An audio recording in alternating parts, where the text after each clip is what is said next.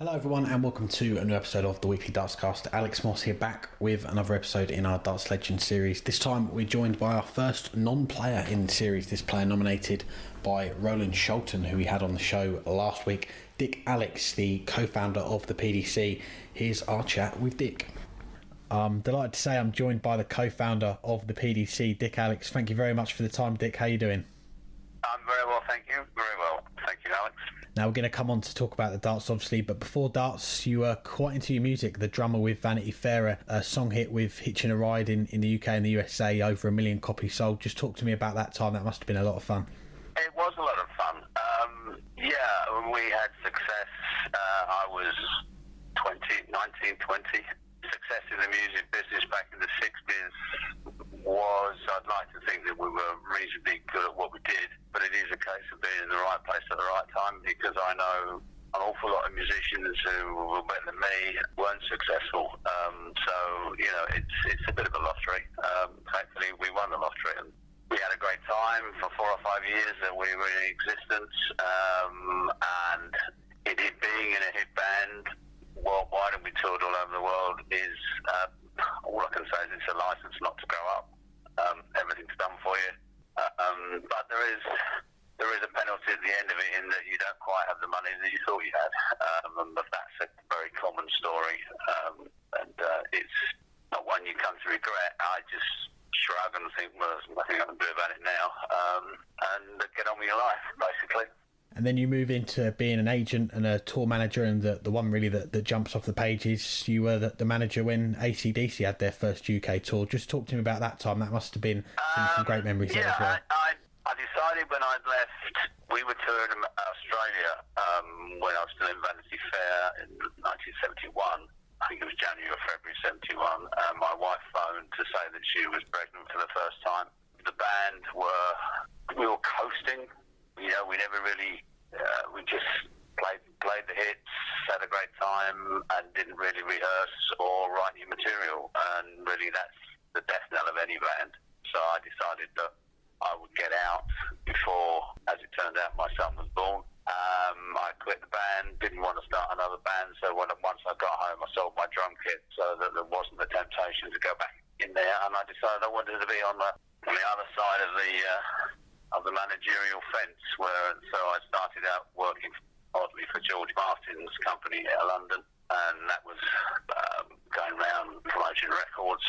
And then I moved into the agency business with a company called General Artists, and then pretty quickly after that moved on to work for an impresario, a guy called Arthur Howes, and Arthur was one of the biggest impresarios at that time. He promoted the first Beatles tours, the first couple of Motown tours, and I learned a lot. You went and booked a tour, and we did, and this is in the middle of the 70s, so they were mostly funk and soul tours. We did Stylistics, Call of the Gang, Sister Sledge.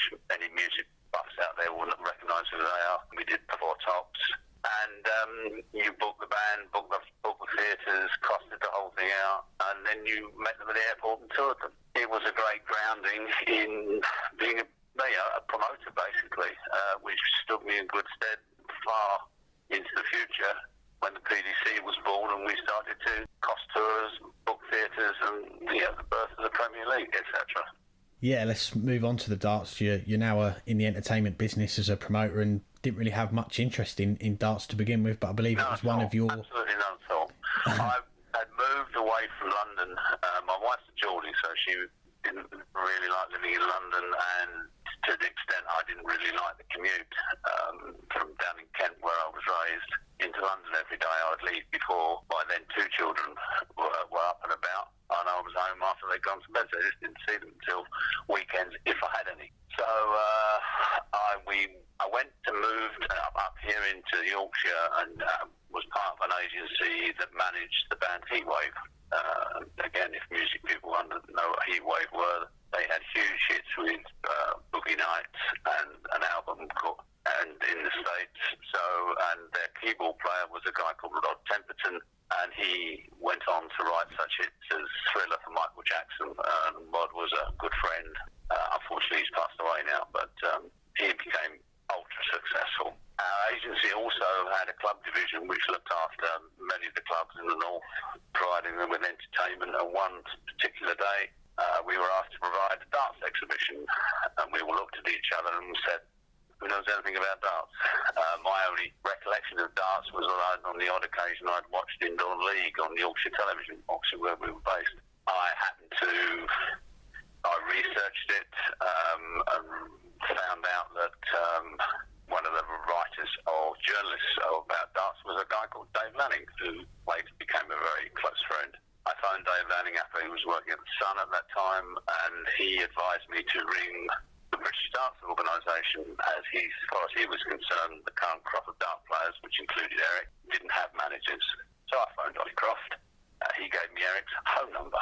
Ed was probably the worst conversation he'd ever had in his life, as it subsequently turned out. Anyway, I phoned Eric at home. We brought him up to the north and toured him through the clubs. And I was astounded to see queues around the block. I went and watched the darts exhibition he put on, and frankly, to me, it was, well, here's someone we could look after and nurture, and he'd be a good client, which he turned out to be. And we were the company were his managers for the next 15 years. So, and then I subsequently started doing less and less music acts and more dart clients. We looked after Eric, then obviously subsequently Maureen Flowers, Cliff, Lazarenko, Keith Della, Bob Anderson, Dennis Priestley. And then into the latter years of that time, we moved on and we started managing Sid Waddell, and we looked after Sid for 9 years up until his death. And obviously now, since my 9 years as CEO of the PDC, from the start in '92 to when Barry took over in 2000, I stepped aside because there was so much touring going on with the PDC that it was better to look after the touring and the live show situation than be the CEO. So we expanded at that point. That's potted history. It's been very quick. I didn't mean to do that. So you can ask more detail, obviously. No worries at all. But yeah, going back to that first meeting with Eric in the late 70s, this was a new venture for you getting involved with the darts. What are your early impressions of Eric? Nothing about darts whatsoever. I played sport. I played sport earlier. I played a lot of rugby and a lot of cricket. Obviously, I think every blue-blooded or red-blooded Englishman has thrown a darts. I knew how to throw darts, but I certainly had never played it in earnest. But then it's not necessary. Eric and I obviously had a written contract, but our shaking of hands involved a conversation where he said, don't ever tell me to play darts, and I'll never tell you how to run the business, or my business. So that was it. It was pointless me telling him how to throw darts. I wouldn't know. But I do know how to do business, and that's the relationship Eric and I had. And you had a lot of success as well. You were his manager when he won his 5 world titles. Yeah, he was an absolute joy to manage, and a headache as well. There were a few headaches, but that's what you expect from someone who has so much charisma and you didn't have to tell Eric. I didn't have to tell Eric to do anything in how to act in front of cameras, how to act in front of journalists, what to say. He knew that instinctively. He knew how to be outrageous. He knew that by bragging that he beat X player by X margin, he knew that he added the pressure on himself, but he also knew that he could deliver on the bet, if you like, or on the boast. And that takes a lot of guts to do that. Because he faces ridicule if he doesn't deliver. Yeah, it certainly does. And I know it's 40 years this year since he won his first world title, but that's still pretty early on in your relationship with Eric. What are your memories of when he won his first world title? He was already world master when we managed him. He had not become world champion yet. He'd lost. Obviously, it was Leighton Rees was the first world champion. And then I think John Lowe and then Eric became world champion. So, yeah, we had that. It was within months he became world champion. Like the famous Jollies in Stoke-on-Trent. Yeah, it was an education. It really was an education in the game itself, certainly his structure through the BDO, etc. It was a very steep learning curve for me in how the game was played, who the players were in terms of not only the players themselves, but the BDO, the structure of the BDO, and that became quite a steep learning curve. A lot of the structure I didn't understand. It seemed to me only started to unglue when they started to lose television. You know, to lose 11 TV tournaments out of 12 was pretty careless. And all Ollie ever said to me was, well, it's social climate, it's the economics, which actually wasn't true. But I always had a laugh with Ollie and said to him, you obviously, because things seem to be so easy, I said to him, you obviously don't even need a dial on your phone, everybody rings you. And he sort of smiled or smirked and said that was pretty true. But when the whole thing turned on his head and he lost the television, he didn't have the ability to recover, hence the birth of the PDC. Yeah, and it's in the late 80s that we see the drop in TV coverage, but before then, darts was pretty big, wasn't it, at the time? What are the highlights that stick out for you during that time? It was massive. It was, along with snooker, it was, pretty big deal. And, we had, for Eric, for the players, they had pretty full date sheets. It wasn't a hard sell to put the shows and the exhibitions in for players at all. And so then we come to the drop in the TV coverage in the late 80s, down to one event on the BBC, the ITV dropping all their coverage. As a businessman then at that point involved in the darts, what are you thinking then? Well, what you see is, once the TV had finished, and obviously Eric was still number one, etc., and you thought, well, there's going to be the possibility of a steady decline in their exhibition work and their income.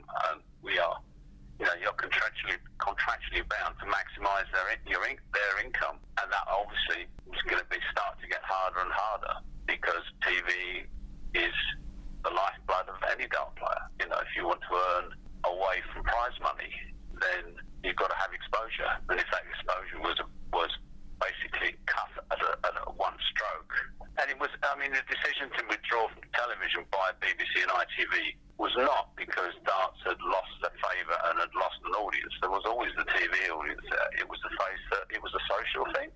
They suddenly decided that darts and snooker was not the right thing to cover. It was very snobbish, very, I just didn't understand it, and was very angry about it, because it was nothing to do with the TV viewers. It was to do with 3 or 4 decision makers within television who decided that darts wasn't quite right for their networks, based on, they wanted a different audience, a more highbrow audience. It was, we had to concentrate on what we were going to do next, and by that time I had met and was pretty pally with Tommy Cox and John Markovich, who by that time was looking after Bob Anderson. We got together and just said, well, we need to do something, because this is going to, affect all our livelihoods, including ours and the players. So we had to think of a cunning plan. Yeah, and you guys certainly did yourself, Tommy and John, breaking away from the BDO in order to take darts to a new level, which we see nowadays. But you had a lot of support from a lot of the big boys as well. That's where history sort of slightly gets forgotten. We didn't initially break away. We went to Ollie and said, look, how can we help you to regain some of the ground that we've now lost? And Ollie did not like anyone interfering and wouldn't put up with it. He didn't want help. We said, look, how can we argue to get it back on television if we're not even on the back pages of the newspapers anymore? And it was just, I said, look, we should have a PR company that is tasked to put the game back on the back pages. And Ollie's reaction was, PR companies are overpaid and just overpaid, and they don't deliver. Overpaid and overrated, I think is what he said. Well, we begged to differ, so we all went away and put our heads together, and then we went and saw all the manufacturers, Unicorn, Nodor, as there was then, Harrows, and just sat around and said, so we will all benefit if we get on a PR. Let's all put some money into a pot and get a PR agency and offer it to the BDO for free, which is what we did. And Ollie did his best to ensure the PR company didn't get anywhere. Now that's pretty appalling, isn't it? Wouldn't let them into the World Masters of that year. He wouldn't let them on the tournament site, and then did everything he could to put up barriers and stuff like that. So we thought, why? If you won't let our PR company that we're paying for onto the tournament site. We'll start putting our own tournaments together. I went and saw TV companies, Anglia, Yorkshire Television, Tyne Tees, and got tournaments with all three instantly. And I was gobsmacked, to use a northern expression, to find that there was no footprint of Ollie with those TV companies for years. So he hadn't done anything, he hadn't tried to get television back as far as I was concerned. At that point, are you starting to think, right, this is a time for us now to take darts on and move forward? We had no choice. I mean, we even invited Ollie to our PDC meetings so he could be part of it. He came to a couple of them, but that was only just to see what we were up to. So in the end, we didn't invite him anymore. We wanted the BDO to be part of it, but they weren't interested. Ollie wasn't interested. So, the alternative was for us to creep away and not bother, or carry on, and that's what we did. We did UK match play for Anglia, UK match for Anglia, UK Masters for Yorkshire Television, UK Grand Prix for Tyne Tees Television, and they were also shown on Granada. BBC was a closed book because they had a contract with Ollie for the World Championships, and then that's where it came to a head, where the World Championships I've forgotten the year now. The contract, we knew the contract was coming up for renewal, BDO versus BBC. I knew the head of sport at BBC, Jonathan Martin, because we both went to the same grammar school together. And although he was 3 years above me, I knew him as he was actually the head boy when I was at school, grammar school. So he knew me, so I got in to see him, and I said, look, I'm explaining the whole situation, that we were faced with, if we would withdraw the players that played in our tournaments, if we couldn't be a part of the contract between the BDO and the BBC, and he understood and seemingly agreed to this. Only for 5 days later, he signed another contract direct with the BDO. So we felt pretty stabbed in the back with that, so we just thought, we're out of here. Yeah, we'll go it alone. And at that time, the Sky was rising in popularity. Marcus Robertson, who was head of our PR company, who is now has always been a PDC director. Marcus knew Sky, knew the people in Sky, Vic Wakeling, etc. And we cut a deal for that year. Excuse me, what year it was? 92, was it? Must have been. Because once we announced to the BDO that we withdraw our players, he banned all 14 of them for life. For life. So we thought, okay, well, we've got to defend ourselves, because as far as we were concerned, it was a restraint of trade. So our players withdrew from the World Championships, and we put on our own World Championships over Christmas. The rest is history. We won the court case in the end, and darts became, quote-unquote, an open tournament. Again, you could play with whosoever you like, but the BDO didn't adhere to it in the end, because what went on subsequently with players being threatened, barred from going into certain clubs, some members of the BDO phoning up where players were doing exhibitions and telling them that no one would come, and stuff like that. It got a bit bloody around that time. It was, we couldn't back off, because we believed we were right, we were protecting our players. All we ever said to the players was, we will try and get your standard of living back to what it was. I think we've more than surpassed that now. We had nothing. We couldn't do anything else but do what we did. It was either that or and they tried. The players were approached, bribed to return. Certainly, Bob Anderson and John Lowe were offered money to return back to the BDO, which they turned down to their internal credit. They turned it down, and it was a lot of money. So there you go. I've spoken to a few of the players. The 16 originally, then became 14 that made that breakaway, and they've said about... Yeah, dear old Mike Gregory was persuaded to return to the BDO, and I don't think whatever they promised him, he never got. But Mike was a superior player, and if he'd have stayed, I'm sure he would have been very successful in PDC ranks. He won our first two tournaments. He won 2 cars, albeit they were larders, but he won 2 cars. And he would have been very successful for us, I believe, but he felt or was cajoled or persuaded to return to the BDO, and it never happened for him there.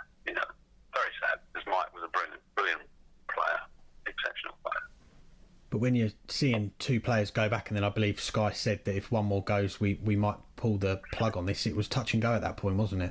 I think if key players, if we'd have lost Eric, John, Lowe, possibly. I don't remember that.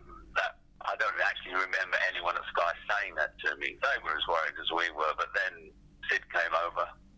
Sid left the BBC and joined Sky Commentary, and that gave us a good kudos. And I later went on to manage Sid for 9 odd years before he passed away. So yeah, Sid was a big supporter of the PDC. We come to the end of 93, start of 94, your first World Championship, the World Darts Council World Championship as it was then. What are your memories in the build-up to that, heading into your first World Championship? My memories of that were that nervous, but there was no going back. You know, we would only go back if we absolutely fell apart, and there was nothing to put together. But the players were remarkable in their tenacity and to stick with it.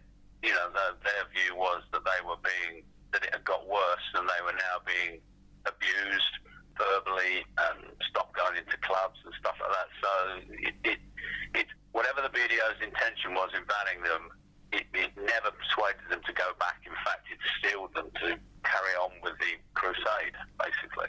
The BDO weren't conciliatory in any way, didn't want to meet us halfway. So it was backs against the wall, and when you corner people, they've got no alternative but to fight. And it was just crowds didn't turn up initially. Of course it didn't. You know, even crowds were threatened to go and watch this. This will happen, and that will happen, because mainly it was dart players who came to watch our shows, events, and it just gained a momentum, a very instant momentum. The more we did, I mean, I can remember when we first did Blackpool, there was sort of 3 men and a dog turned up, and the dog wasn't that impressed. And we would, and Sky, God bless them, would do very tight camera shots so that you didn't see that there were vast empty seats. And we promoted the hell out of everything, wallpapered Blackpool with posters of stuff, and we just carried on and carried on. We weren't going to quit until we would have quit eventually if there were some tough old times financially, but we soldiered on and got through it. It's a testament to not only me, Tommy Cox, John Markovich, Marcus Robertson, and Rod Harrington. I mean, Rod came to every single day at Court when we were in Court, as did Eric Bristow. There were players who did stuff behind the scenes, far beyond being just a player. It was interesting times. Yeah, and you touched on the court case there. It goes into 1997 before it finishes. What was the hardest point during that time? Yeah. It's a long old bloody time. And, a lot of very good people who put money into the pot to get us to court, because going to court isn't free. Lawyers want their money up front. So we had to find, and we had some very good heroes who put a lot of money in with no guarantees that they'd ever get it back. Guys like John Raby, exceptional people, Tommy Cox, etc., etc. I mean, dear old Tom remortgaged his house. I mean, no guarantees he would lose his house. As we enter the new millennium, you're starting to build a lot of momentum now. In 2001, you step aside, become the events director, and Barry Hearn comes in as the chairman. Yeah, we sat around the table. We were in Derby in a hotel, and the directors at that time was me, Tommy, John Raby, Edward Lowe from Unicorn, and we thought, right, we've been pretty smart to get it this far. It would be really, really smart if we brought in Barry, because Barry at that time was selling all our television products that we put together with Sky. Barry had always said, look, if there ever gets a chance that I can buy into the PDC, I'd love to do it. I'm very interested. So on that turn of the millennium, we thought, we'll see Barry's true to his word, and he was. And from that point on, once Barry came aboard, it was full steam ahead, because then we had a sort of bit of financial security and direction, and Barry's unequalled knowledge of promoting sport. As they say, the best thing we ever did. Was there any point in between that time before Barry got on board there, other people coming in saying that they wanted to take over? No, we were pretty pretty wary of anyone else coming in any. Barry had always encouraged us right from the start. When we did our first television event, Circus Tavern, the first World Championship. Barry came along there, and I think he came into the players' room and said the immortal words, "Boys, I smell money," and he was true, very true to his word.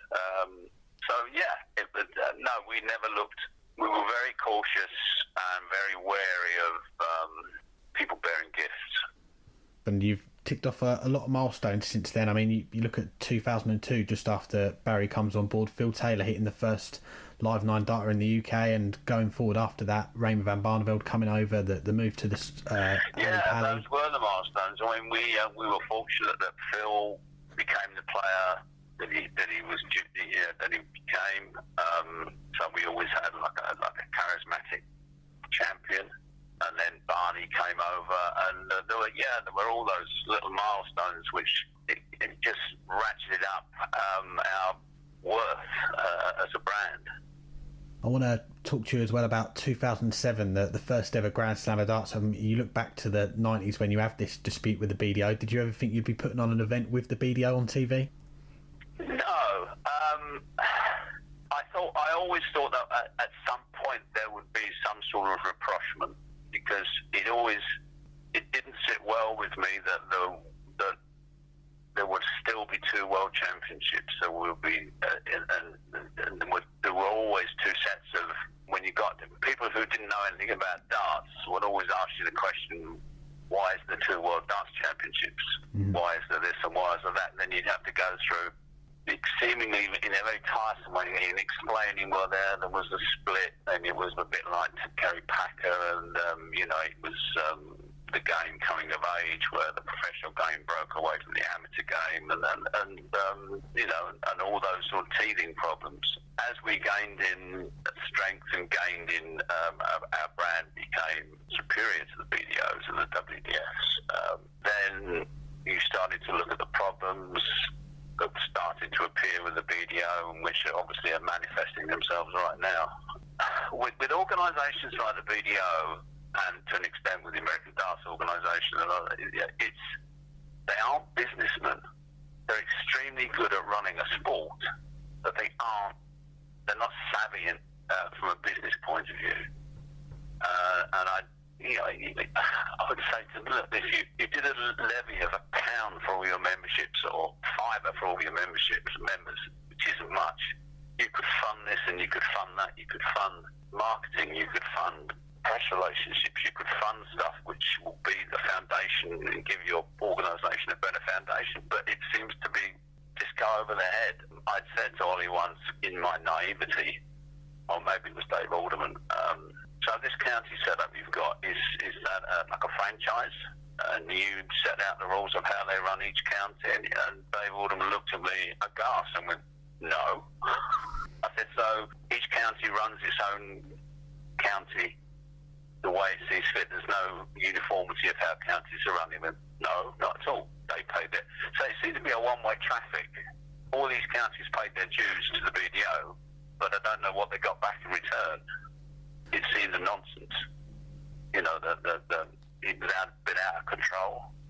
Some counties were run fantastically well, others weren't. But if they had a uniformity of how they did accounts, how they ran tournaments, etc., then that's the way it appeared to me that that's the way you'd run it. But obviously not. Not long after that first Grand Slam, we see Barry Hearn put the offer up to the BDO to buy the BDO. Yeah. What are your memories of that? To me, it seemed a logical thing to do. I mean, players were coming over to the PDC at regular intervals. It was like, they would get fed up with the BDO. Then players there would know that they were extremely talented, and it would be a waste for that talent not to get its natural rewards financially. There are a few players who never came across. Obviously, Wolfie's one of them. But that's the choice. That's the whole point of the PDC. If you're good enough, you'll play, and you'll earn money if you're good enough. There's no grace or favour. There's no... I went through periods with the BDO with Eric was captain of England, and then he might have done... Ollie fell out with Ollie, so then John Lowe was captain.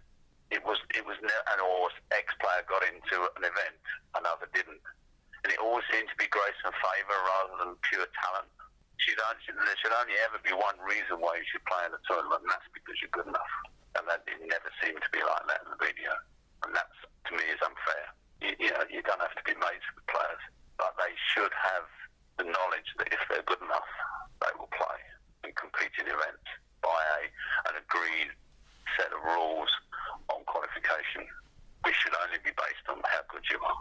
It's about excellence. It's elite players. And I understand some video has said yes, but we look after all players from amateurs upwards. Well, that's a pretty big cast of people. You can't look after everybody, and I think the video have always had a view that professional players like Eric and John Lowe back in the day were a luxury, and the people they really looked after was the amateur player. Whereas our view is the very elite players pull the sport forward all the time. They are aspirational. So other players will want to play because they want to be like Phil Taylor. They want to be like Michael van Gerwen. It's aspirational, as any professional sport is. You want to have the financial rewards and the kudos of being a world champion. I mean, I'd argue that the world champion, PDC world champion, has immensely more kudos than being a BDO world champion. It's harder. And people may not like me saying that, but it's harder, a lot harder. And some players don't act in PDC ranks because they find it too tough. It's arduous. It's be continuously almost on the road. You've got to have tremendous support from your family and your friends, because it's a sacrifice in the early days to get through Q school, which is very tough, in order to get into the players' rankings, and then to have a tilt at earning a living from the game. It isn't right for some players. Some players don't want that lifestyle, and I understand that. It isn't for everybody. So there has to be an amateur level, which is why we started the Challenge Tour and the Youth Tour, because players want that structure. And I mean, the Challenge Tour and the Youth Tour is totally down to Rod Harrington and his vision. Let's get back to you then. In 2010, you're inducted into the PDC Hall of Famer alongside Tommy Cox. That must have been a special moment for you. It was. I'm tempted to say it was a bit embarrassing because, I've always wanted to be, in the background, not in the foreground. It was a nice evening, and there aren't many of us, obviously because we don't do award shows anymore, so there aren't going to be any more of us. Yeah, it was nice to be recognised that I'd made a contribution, yeah, sure. Finishing up all these Darts Legends interviews that we're doing with a couple of questions. Firstly, look into the future of darts, and we'll start with the PDC. It's become a massive thing now in darts. The biggest organisation there is, so much prize money up for grabs. But what do you see for the future in darts? I think the PDC, a lot of it now is almost determined by what happens in the world economically. What happens to television? Television is forever, or is about to have big changes in terms of who is out there now. There are more players out there now, players in quotes, television players, who will buy tournaments, who want to seek the rights for our tournaments. So, yes, the Sky, as you probably know, DAZN are picking up rights abroad. I think the PDC's current vision is to spread the word globally. We've made various expeditions, if you like, into America, but haven't cracked America yet. But then that's a huge thing to crack. America is embedded with basketball, baseball, and NFL. And if you trying to break into that market is exceedingly difficult. America is also, the problem with America is it is so vast. I mean, it costs a lot of money for players there to travel from one side of the country to the other. So, but it can only be done by breaking it on television as a televised sport. I think still a lot of Americans will look at darts on television and not understand what is going on at all. So you've got to, first of all, you've got to convince them that this is a watchable sport and an exciting sport to watch. That takes a lot of money and a lot of time to do it. You can't do it as a one-off. You've got to consistently it open. I'm reminded of the record business back in the 60s, when I was in the 60s and we started to have records in America. You broke a record state by state. You gradually spread it by radio station by radio station by radio station. It didn't happen overnight like it does here. You got a record played by the BBC and it hit. It was done straight away. But in America, to break a record in America, as it will be for darts, you've got to break it state by state, and it's a gradual process. And you know, there's pockets of darts popularity in America, but it's not. I mean, you can go to a lot of states in America and they haven't got a clue what the thing is. Not a clue. And what about away from the PDC? We've spoken a little bit about the BDO. They're in some tough times at the moment. We've had Barry Hearn on our show quite recently saying that there's been some early talks with the WDF. But what do you see for darts away from the PDC? I don't know. I mean, I'm sort of one step away from it now. I'm not. I'm 75 years old now. For God's sake, Barry's younger than me. I don't think you can. Fill the void that the BDO have currently, because I think the BDO have lost so much ground now, or appear to have lost so much ground. And the fact that you've also got, back in the 60s, most pubs had dartboards. I think you'd struggle to find a pub now that had a dartboard. So that grassroots area of the game will always need to have a different approach to how you get people involved. I mean, obviously there's kids coming through now who probably don't drink and certainly never set foot in a pub. So where do they play their darts now? Where do they play it competitively? There are those things that need to be addressed, because we've been lucky with the PDC. There's always been a feed of young players coming through, and that's what you've got to ensure continues to happen. It may well come from abroad, from the Far East, with where the game's expanding in the Far East, certainly in Europe. We may see more from Eastern Europe. So you've always got to look to that. It's geographically, it's easier to look at the younger players in Europe and Scandinavia than look to American players and Canadian players. Lastly, I think this is probably going to be a tough question for you to answer, really, given what we've spoken about. 15 years managing Eric Bristow, being one of the people to form the WDC and the PDC as it is now. But if you had to pick one moment as your favourite moment involved in darts, what would it be? There's quite a few. I mean, Eric getting his MBE, or OBE rather, from at the Buckingham Palace, that was a surreal moment. Certainly seeing nearly 10,000 people in Liverpool Arena for the Premier League event, and standing there with Barry and just looking at this mass of people, and both of us agreeing that we certainly didn't expect it to be this good. That was pretty fantastic.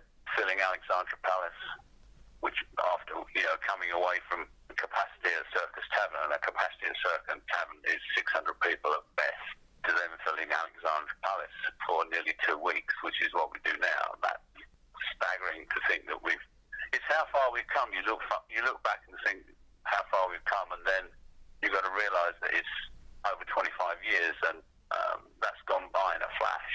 It really has. So those are the moments, seeing huge audiences, and that takes you back to seeing at times I also said, well, when I was promoting bands like 80s, AC/DC, and some of the funk bands in the 70s, never drew crowds like this. So and when you tell people that darts can fill an arena, they're incredulous, and a little voice inside me says, "Yeah, I'm pretty incredulous too." It's been quite a success story, which when we started out on this road, we never thought it would get this big, and I'm very content to win in 2013 when I retired. It was not I retired from the game. I just got tired of being constantly on the road. So I don't envy Matt Porter, who's been fantastic as well, and all the guys like Dave Allen, who continuously being on the road. It's hard. And the players too, today's players are pretty unique, because they are very much world travellers now. Well, Dick, it's an absolute pleasure to chat to you, talk to you about an unbelievable career that you've had involved in the darts, and we really appreciate your time. Alex, thank you very much for asking. It's been a pleasure to recount my contribution, shall we say. Thanks again to Dick for joining us, and our Darts Legends series will be continuing next week, next Monday, so do come back next week. We'll be back with a new episode. Myself and Burton DeWitt will be back next week as well with a regular episode of the podcast. So until then, hang tight.